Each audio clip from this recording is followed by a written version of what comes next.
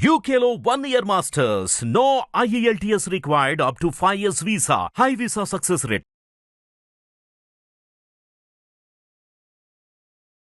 నమస్తే.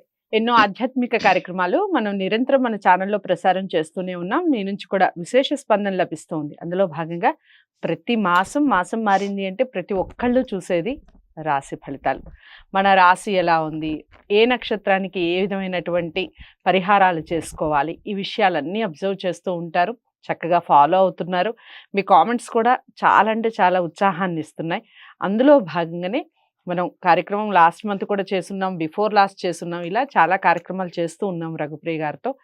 దసరా మహోత్సవానికి సంబంధించి కూడా విశేషమైన ఆదరణ లభిస్తూ ఉంది. అందులో భాగంగా మనం ఈ మాసానికి అంటే అక్టోబర్ మాసానికి సంబంధించి మేషరాశి మొదలు మీనరాశి వరకు వివిధ రాశుల వారికి ఏ విధంగా ఉంది, ఎలాంటి పరిహారాలు చేసుకోవాలి, దైవారాధన విషయంలో ఎలాంటి దైవాన్ని ఆరాధిస్తే మంచి జరుగుతుంది, ఇవన్నీ చెప్పడం జరుగుతుంది. చక్కగా నోట్ చేసుకోండి, పాటించండి. మీకు ఇంకా ఏమైనా డౌట్స్ ఉంటే కామెంట్ బాక్స్లో తెలియచేయండి.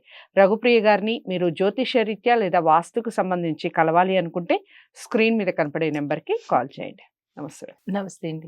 ఇక తదుపరి రాశి తులారాశి. తులారాశి వారికి ఏ విధంగా ఉందండి అక్టోబర్ మాసం?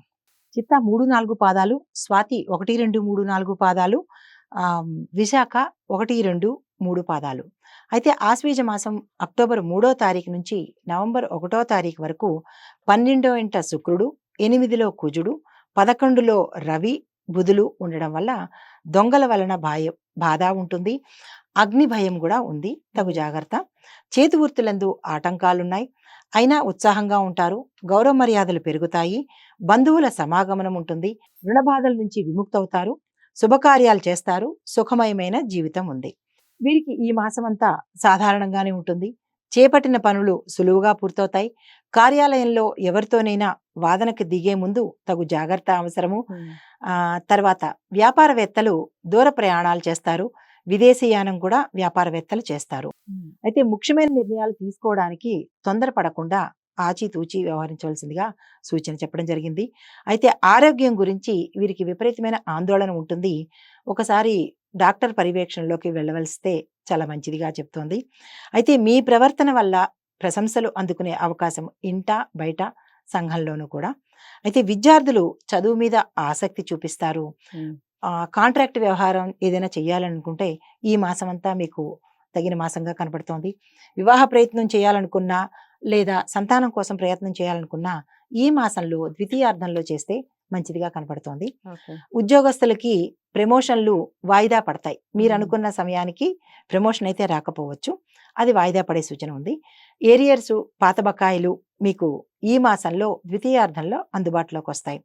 తర్వాత పెట్టుబడి పెట్టాలి అని అనుకుంటే కనుక ఈ మాసంలో ద్వితీయార్థంలో మీరు పెట్టుబడులు పెట్టండి. మీ నక్షత్రానికి సరిపడ రంగం చూసుకొని చిట్ ఫండ్సా లేకపోతే షేర్సా అనేది చూసుకొని మీరు పెట్టుబడి పెడితే 4 వచ్చే అవకాశం కనబడుతోంది. 4 వస్తుంది. అయితే విద్యార్థులకి కొత్త కోర్సుల్లో చేరాలనుకున్న వారికి ఈ మాసం అంతా, అంటే వారు చదివే కోర్సే కాకుండా ఏదైనా ఇంకా మిగతా కోర్సుల్లో చేరాలనుకుంటే ఈ మాసం అంతా అనుకూలంగా ఉంది. వ్యాపారస్తులకి అనుకూల మిశ్రమ ఫలితాలు వస్తాయి. ప్రత్యేకించి ఇనుము, వస్త్ర, ప్లాస్టిక్, కందులు ఇట్లాంటివి చేస్తారు కదా, మినుములు కందులు చేసే వ్యాపారస్తులకి చాలా మంచిదిగా కనబడుతోంది. అయితే రాజకీయ రంగం వారికి చెప్పదగిన సూచన ఏంటంటే, మీరు ఏదైతే అధిష్టాన వర్గానికి గాని ప్రజలకు గాని ఏదైతే వాగ్దానాలు చేశారో ఆ వాగ్దానాలను నెరవేర్చుకోవాలి. కొత్తగా రాజకీయ రంగంలోకి వెళ్ళాలనుకున్న వాళ్ళు ఈ మాసం అంతా మంచిగానే ఉంది కాబట్టి ఏదైనా సమయంలో మీ నక్షత్రానికి సరిపడా శుభ సమయం చూసుకొని మీరు అప్లై చేసుకోవచ్చు. ఇవి ఓవరాల్ గా ఇప్పుడు నక్షత్రాల పరిహారాలు. విశాఖ నక్షత్రం వారు గురువులను ఆదరించాలి. గురు పూజ చేసుకోవాలి. దత్తాత్రేయ దర్శనం కానీ లేదా దక్షిణామూర్తి దర్శనం కానీ చెయ్యాలి. గురువార నియమం పాటించేటప్పుడు గుగ్గిళ్ళు కానీ శనగలు కానీ నానబెట్టినవి మీరు గుళ్ళో పంచడం కానీ లేదా పేదవాళ్ళకి ఇవ్వడం కానీ చెయ్యాలి. అయితే గురు స్తోత్రాలను వినడం మంచిది, లేదా నోటికి వస్తే చదువుకోవడం కూడా చాలా మంచిది. ఉమ్, అయితే అనురాధ నక్షత్రం వాళ్ళు వృద్ధులకి సహాయ సహకారాలు చేయాలి. శనివారం నాడు రావి చెట్టు చుట్టూ 19 ప్రదక్షిణాలు ఓం వృక్షరాజాయతే నమః అనే మంత్రంతో 19 ప్రదక్షిణాలు మాత్రమే చెయ్యాలి. తదుపరి చెట్టు మొదట్లో తీపి పదార్థం కానీ లేదా బెల్లం కానీ పంచదార కానీ కలిపిన నీటిని చెట్టు మొదట్లో పోసి మీ సంకల్పాన్ని చెప్పుకోవాలి. ఉమ్, తర్వాత జ్యేష్ఠ నక్షత్రం వాళ్ళు ఆ పచ్చగడ్డి మీద చెప్పులు లేకుండా నడవాలి. ఉమ్. చెట్లకి నీరు పోయాలి.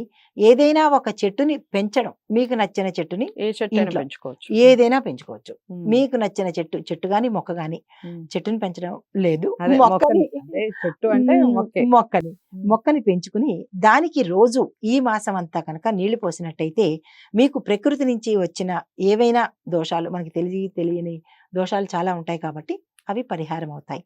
ఇది నక్షత్ర వారీగా సూచనలు. చాలా చక్కగా చెప్పారు. అదండి తులారాశి వారికి బానే ఉంది. కొన్ని విషయాల్లో జాగ్రత్తలు వహించాలి. ముఖ్యంగా నక్షత్రాలని మీరు పరిహారాలుగా తీసుకొని నక్షత్రాల వారీగా చేసుకోవాలి అనుకునే ముందు జాతకాలని పరిశీలించుకొనే పరిహారాలు చేసుకోండి. అయితేనే 100% రిజల్ట్ ఉంటుంది. జాతకాల కోసం స్క్రీన్ మీద కనపడే నెంబర్కి కాల్ చేస్తే రఘుప్రియ గారు అందుబాటులోకి వస్తారు. మీరు ఏ జాతకం ఏ విధంగా ఉంది, మీకు ఎలాంటి పరిహారాలు చేసుకోవాలి, ఎన్ని రోజులు చేసుకోవాలి, ఈ విషయాలన్నీ క్లారిటీ ఇస్తారు. మరి వీడియోని తులారాశి వారందరికీ చేరాలి అంటే లైక్ చేసి షేర్ చేయండి, ఛానల్ని సబ్స్క్రైబ్ చేసుకోండి. తదుపరి రాశితో మళ్ళీ కలుద్దాం. నమస్తే.